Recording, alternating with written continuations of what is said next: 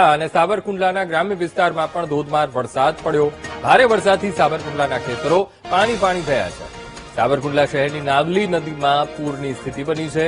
ચોમાસાની શરૂઆતમાં જ નાવલી નદી બંને કાંઠે વહેતી જોવા મળી। જ્યારે ચોમાસાનું આગમન થાય, વરસાદ જબરદસ્ત પડે ત્યારે નાવલી નદીમાં નવા નીરની આવક થતી હોય છે। નાવલી નદી બે કાંઠે વહેતી જોવા મળતી હોય છે ને એવો જ અદભુત નજારો અત્યારે સાવરકુંડલામાં જોવા મળી રહ્યો છે। સાવર અને કુંડલા વચ્ચેથી આ નાવલી નદી એ પસાર થાય છે।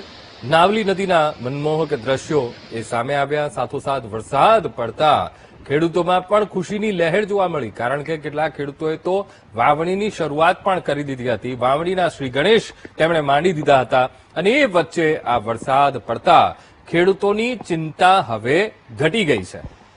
તો અમે આપને સાવરકુંડલા પંથકના દ્રશ્યો બતાવી રહ્યા છીએ।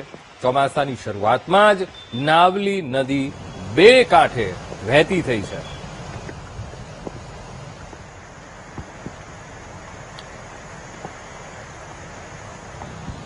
તો બપોર બાદ એકદમ વાતાવરણમાં પલટો આવ્યો છે અને આમ પણ હવામાન વિભાગે આગાહી કરી હતી કે સૌરાષ્ટ્રના કેટલાક ભાગોમાં વરસાદ રહેશે। ત્યારે સાવરકુંડલા પંથક કે જ્યાં વરસાદ અને ધમાકેદાર મેઘરાજાએ બેટિંગ કરી છે, નાવલી નદીમાં નવા નીરની આવક થઈ છે। તો અમરેલી પંથકમાં વરસાદ અને જેના કારણે નાવલી નદીમાં પાણી આવ્યા છે। બે દ્રશ્યો બતાવી રહ્યા છીએ અમે ટીવી સ્ક્રીન ઉપર। એક તો સાવરકુંડલા શહેરના અમે આપને દ્રશ્યો બતાવી રહ્યા છીએ।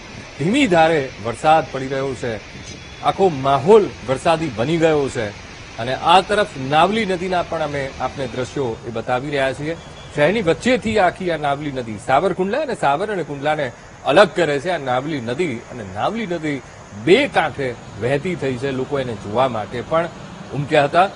નવા નીરની આવક, ધોધમાર વરસાદથી સમગ્ર પંથક અત્યારે પાણી થઈ ગયો છે। ખેતરોમાં પણ પાણી ભરાયા છે। હવે સાવરકુંડલા શહેરમાં તો વરસાદ પડ્યો, પણ સાથોસાથ ગ્રામ્ય પંથકના ખેતરોમાં પણ પાણી ભરાયા।